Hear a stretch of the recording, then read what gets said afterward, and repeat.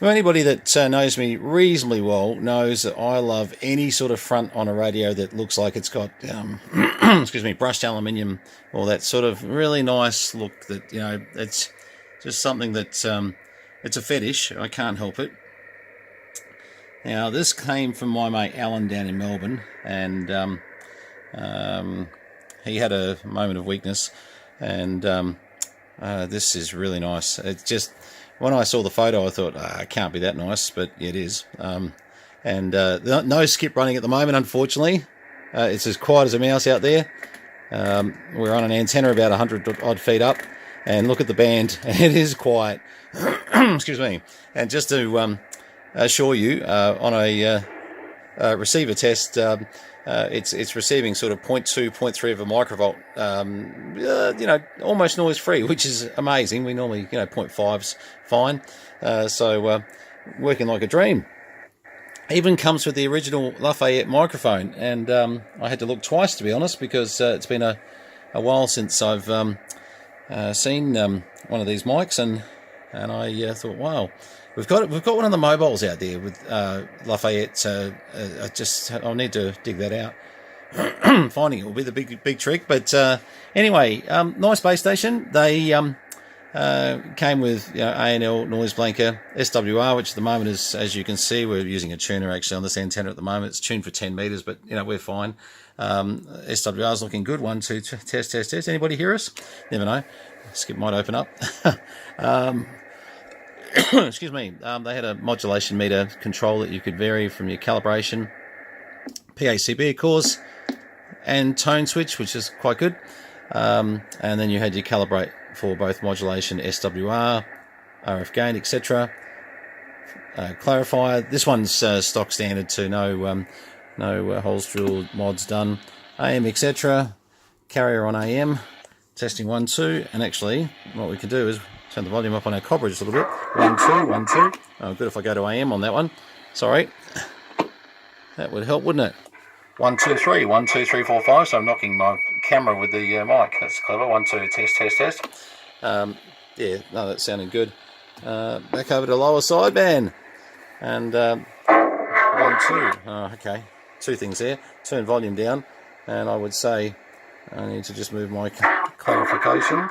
I need 2 hands for this. Oh, hang on, I'm going to have to 1, 2, 1, 2, 1, 2, 1, 2. Oh, that's not going to work. Yeah, no, I'm minus a few hands here to do a test like that. I should have set that up before. Hang on, let me pause. I'll fix this. Okay, I was chasing my tail a little bit because there is a slider control fitted on the Lafayette, which is fine. 1, 2, 3, 4, 5. Testing 1, 2, 1, 2, 1, 2. And yeah, it's percolating quite well. Anyway, so that's the Lafayette Telsat SSB140, and really nice. Just wish we had a bit of skip running at the moment. Living in the middle of nowhere has its benefits because there's zero noise, but of course it also has its negatives, that if the skip's not running, nothing's happening. So on receive, there was a bit coming in before too. Actually, it's the reason I hooked it up. I heard it come up on the cobra, and I thought, oh, we might do that test on the Lafayette while we're sitting there listening to a couple of stations talking, but no, it just rolled out again, which well, hopefully it'll come back at some stage. So that's the Lafayette Telsat SSB140. I love it. I think they're just beautiful. Don't think this one will go anywhere anytime soon. Probably going to review a few bases that are very similar, because we've got the Tedalex base, the Apollo base. We've got too many bases, to be honest, to load more, but they all sort of end up kind of fading into each other a little bit, and the reason I like the Lafayette is not so much that the chassis is so wonderful or anything. I mean, they're fine, don't get me wrong, but it's the knobs and the front. It just gives it a certain something that you look at and go, wow, that catches your eye. A bit like these cobras here. I mean, they catch your eye from the moment you look at them. Once again, the nice silver use of silver, etc. But anyway, all right. Well, as I said, pity there is absolutely nothing. Dead. And trust me, the antenna, when things are working and there's actually some signal, this antenna's been doing really well. just with 12 watts of power, which is amazing.